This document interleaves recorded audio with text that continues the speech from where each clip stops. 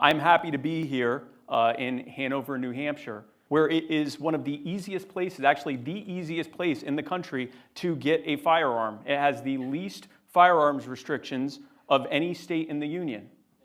It also happens to have the lowest homicide rate. And it's not alone. The other states that also have permitless carry and some of the loosest restrictions on firearms ownership are the neighboring states of Vermont and Maine.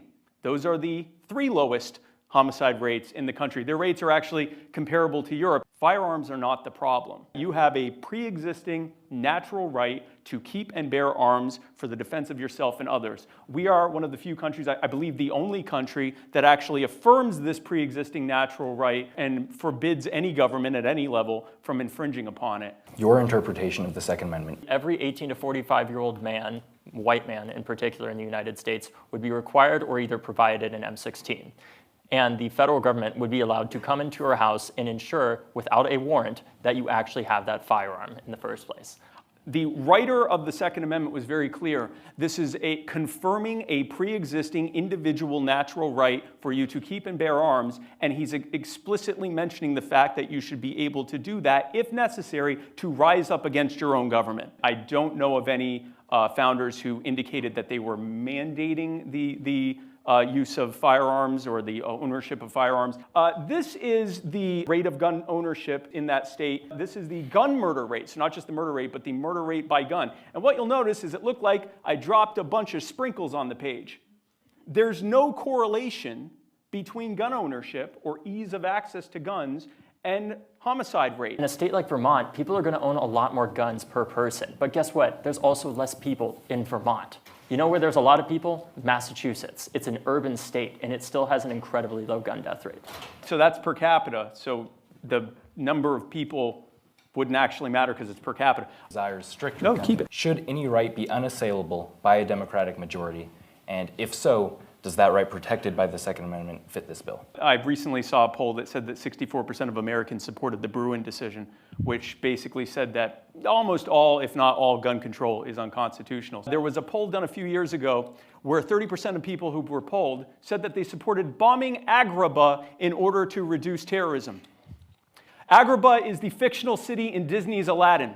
No, I never support allowing your individual pre-existing natural rights to be infringed upon based on what a majority vote means. I shouldn't have to explain to everyone in here what the history of the majority deciding what the minority is or is not allowed to do look like. By the way, part of what that looks like is gun control. In the Dred Scott decision in 1857, Chief Justice Taney said, well, of course we can't treat black people like people in this country. If we did, they'd be able to own firearms and carry them wherever they wanted. Gun control is actually one of the best examples of what happens when you let a majority population decide that a minority population shouldn't be allowed to exercise some of their rights. When you look at gun deaths, they broadly go into 5 different categories. Suicide, which is nearly 2/3. Murders, which have been steadily dropping. There is a multi-decade trend of the steady dropping of the murder rate over time, even as there are more and more guns per people in this country. Then you have justified killings, which have actually kind of been going down as well, because when there's less crime, there's less people killing the criminals that are victimizing them.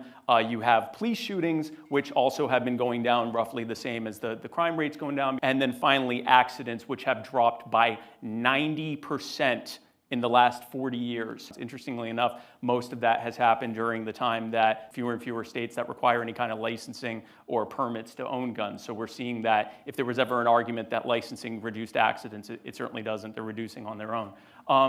The reason that the gun violence rate is going up is because after many years of going down, the suicide rate is going back up. And I think if we're looking at gun violence as a whole and realizing that literally every other form of gun violence is dropping except for suicide, this is not a gun problem. It is a suicide problem. It's the guns. Really, at the end of the day, like all these other countries, if you look at the countries that have the highest rates of gun violence, they also have poverty. They also have systemic racism. They also have all these other forms of systematic injustice that I agree that we need to address. But the reality is it is far harder for what happened in Parkland to happen in Switzerland or in the UK or in almost any other highly developed country than it was in the United States. An example of systemic racism is putting a young black man in jail for owning a gun that he wouldn't have had any trouble owning if he lived up the road in a whiter and wealthier area. Putting that aside, you said you don't have a chart. I have many charts. Data from UNSCAR, or UNSCAR, it's a UN organization with a pro-gun control bent. They looked at the rate of gun ownership and the rate of gun murders.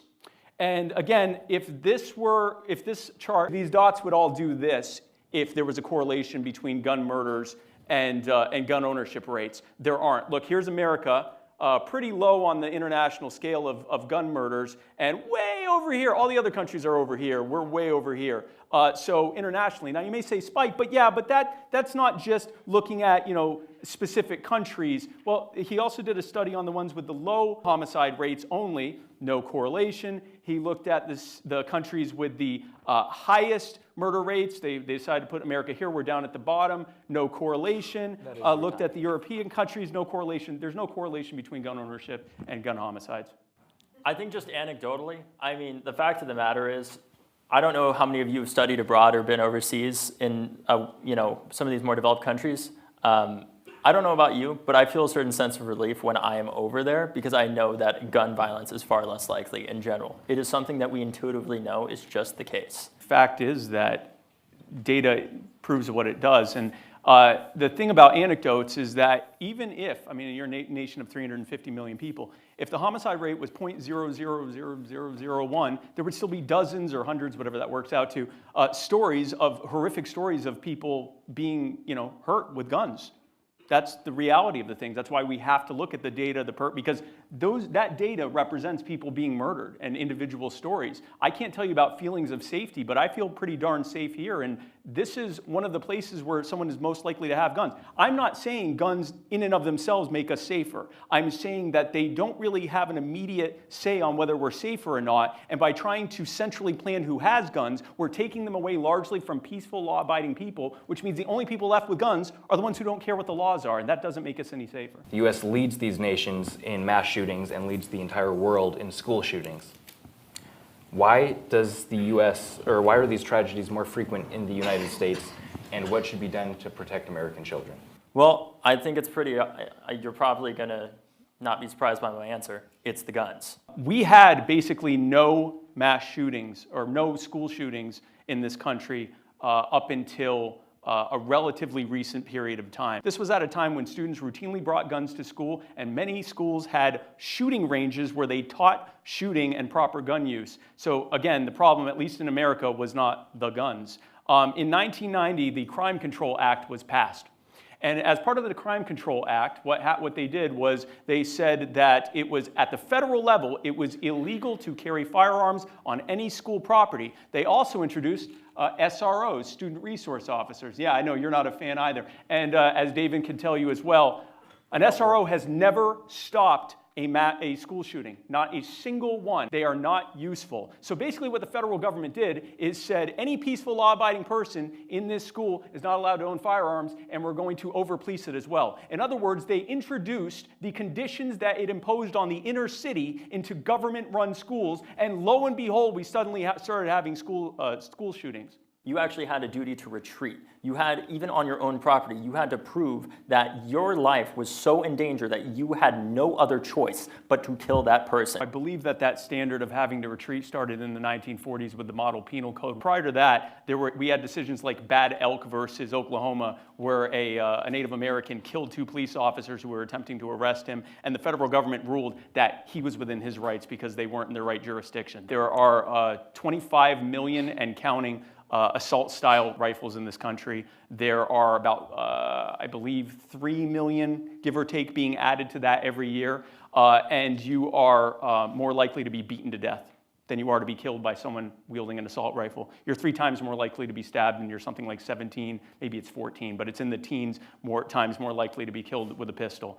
So that's really, it is, and that's with any rifle, including hunting rifles, not just assault rifles. It is why in 2004, the Department of Justice determined in a study that the assault weapons ban had either no effect on the murder rate in the US or so little effect that it could not be measured. The reality is a lot of what he's bringing up is going to have one common theme. It's selling more guns. You said that I am trying to sell guns. You are probably the single greatest salesperson for guns. Every time you speak about restricting guns, impulsively people go out and purchase guns. And I think that there's actually a strong libertarian argument to be made that having guns in our schools endangers the future of our country because we're effectively grooming our children to believe that they're safe nowhere in many ways, and it makes them more compelled to believe that they need, that they just can't be safe. When it comes to guns, in the United States, American schools were as safe from school shootings as our European peers prior to 1990 with the introduction of the Crime Control Act, where we, again, imposed the conditions of the inner city, saying if you are someone who cares about what our signs say you can and can't do, you can't have a firearm. Oh, but if you're a potential school shooter or a criminal, you need to know that you'll be the only one in here without a firearm, except for the SROs. They're going to run away. And then if you start shooting, we're going to call the police. And they will stand outside and wait for the gunfire to stop, and then you get to decide whether you want to die in a hail of bullets or turn yourself in.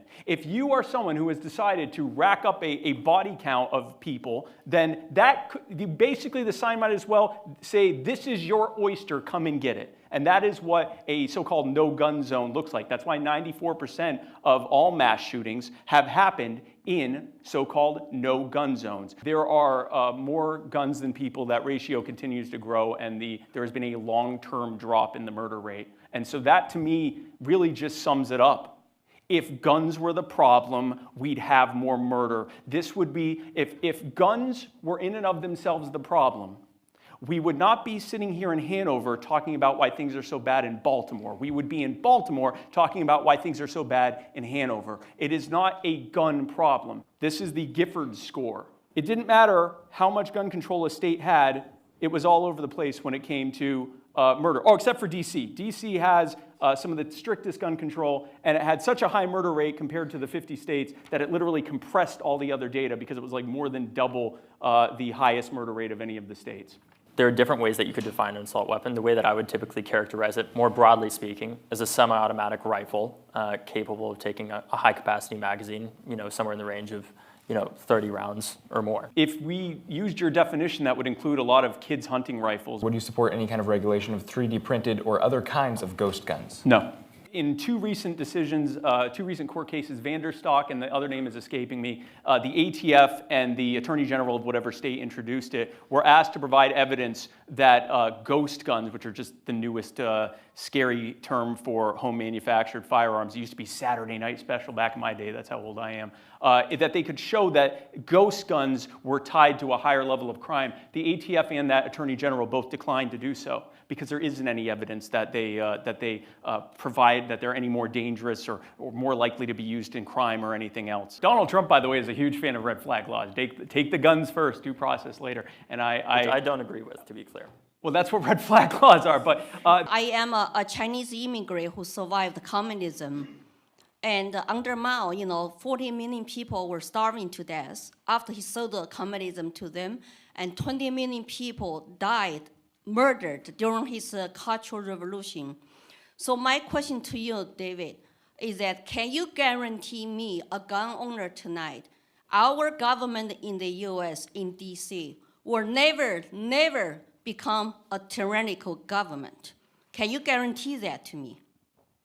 There's no way I can ever guarantee that any government will not be tyrannical. Well, then the debate on gun control is over because I will never give up my guns. Never. And you should go to China to see how gun control works for dictatorship.